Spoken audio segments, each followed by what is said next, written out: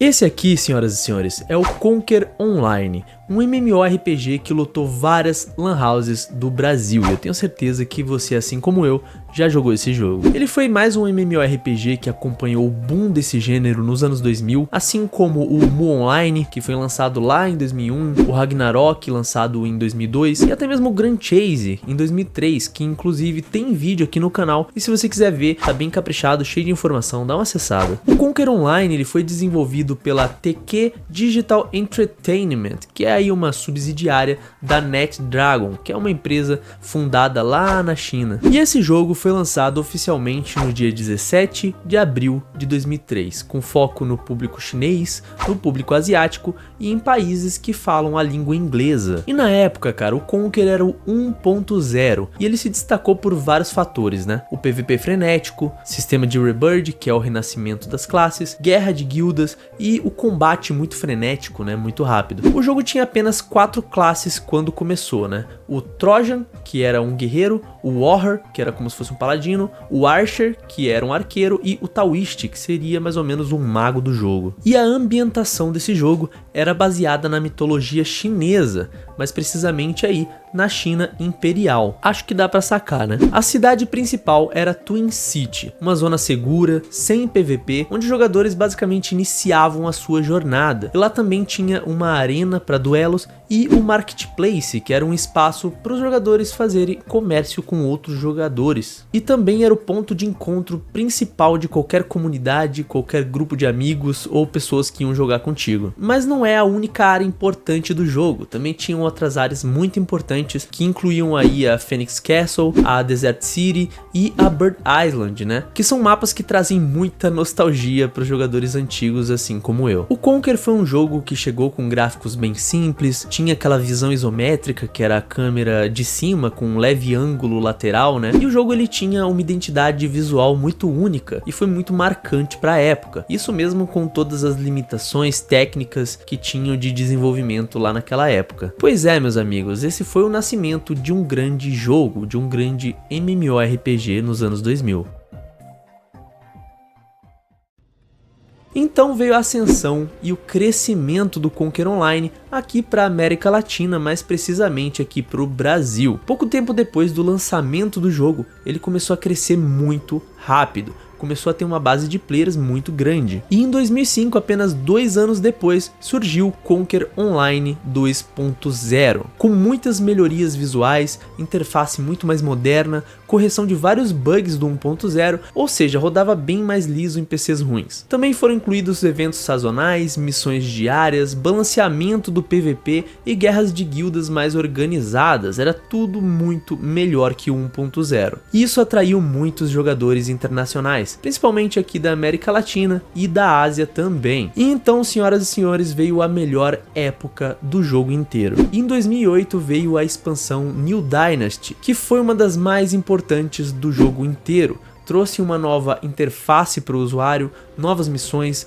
mapas e a classe nova chamada Ninja, que foi extremamente popular entre jogadores da época, principalmente por conta do PVP. E com tudo isso que aconteceu, cara, o jogo já contava com mais de 10 milhões de jogadores registrados na época. Então em 2009 veio a expansão Raiding Clans, que trouxe o sistema de clãs e montarias para dentro do jogo. Eram 49 tipos diferentes de montarias, fortalecendo aí a comunidade e melhorando todo esse ambiente que tinha dentro do jogo. Em 2010 veio a expansão Legends Return, e essa expansão foi uma das mais populares porque trouxe um sistema de subclasses, artefatos que fortaleciam os equipamentos, novas dungeons também, como sempre, né, novos mapas, e o torneio de PKs. Além de trazer também uma nova classe, que era o Monge, e ela era focada no combate melee e no suporte. E ela também foi uma classe bem legal para os jogadores, todo mundo curtiu muito essa classe. E nesse momento, cara, o jogo já estava no seu auge, tinha 15 milhões de contas registradas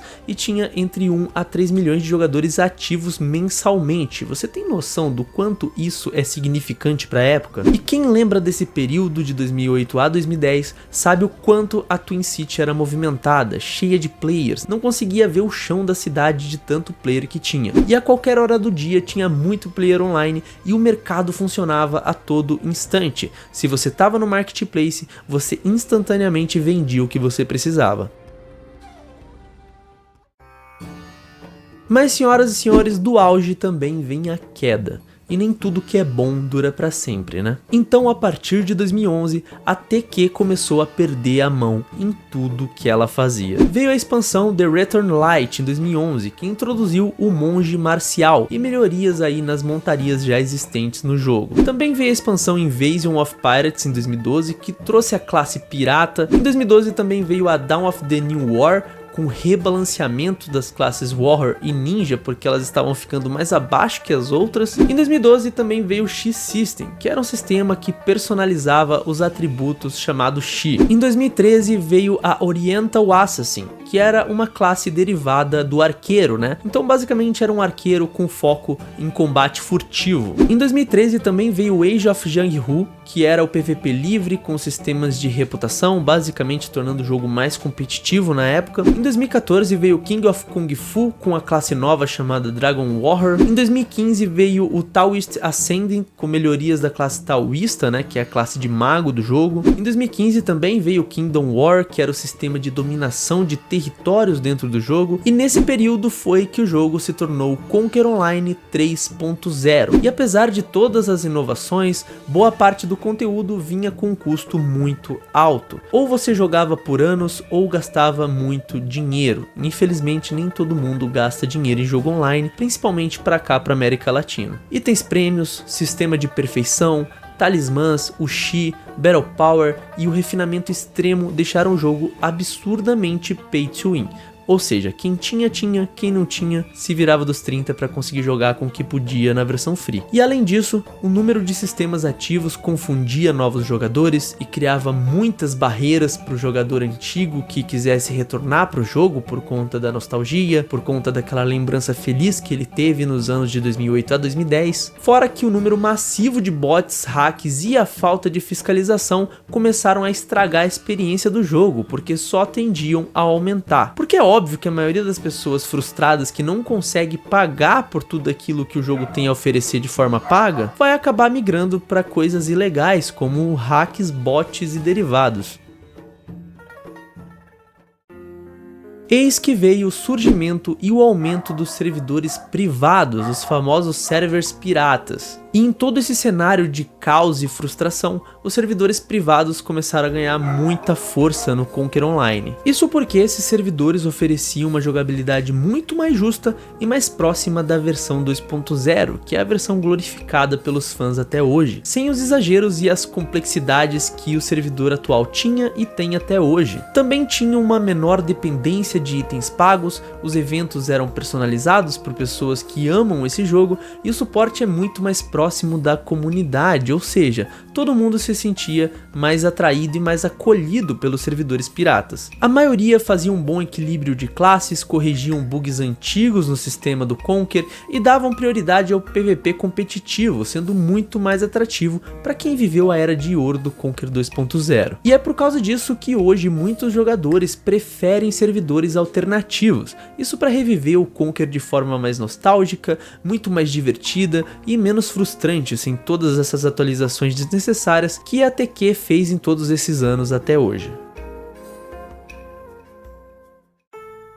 Mas depois de tudo isso que eu falei é basicamente a ponta do iceberg, porque a decadência total veio mesmo em 2016 em diante. A partir dessa época o Conquer virou um laboratório de ideias malucas, muitas atualizações pareciam promissoras, mas no final de tudo só deixavam o jogo muito mais confuso, mais pesado e extremamente pay to win. Veio a Awakening of Monk com buffs massivos para a classe de monge, com novas habilidades, visuais até que legais, só que o dano extremamente exagerado dessa classe, e o monge virou basicamente uma máquina de fazer combo, sem quase nenhuma fraqueza. Veio a Beyond Perfection, que foi a expansão do sistema de perfeição nos itens, isso permitindo ainda mais upgrade nos seus equipamentos, que parece até uma coisa legal, né? Só que todos eram caríssimos, ou baseados em sorteio, que é o RNG, e o abismo entre players comuns e gratuitos e os pagadores cresceu muito a partir daqui. Tivemos a expansão Invincible Warrior, que foi a adição de buffs defensivos absurdos que quase anulavam totalmente o dano no PVP. Também houve um balanceamento aí dos equipamentos com os status sobrepostos. Veio o Windwalker, que seria a nova classe com dash,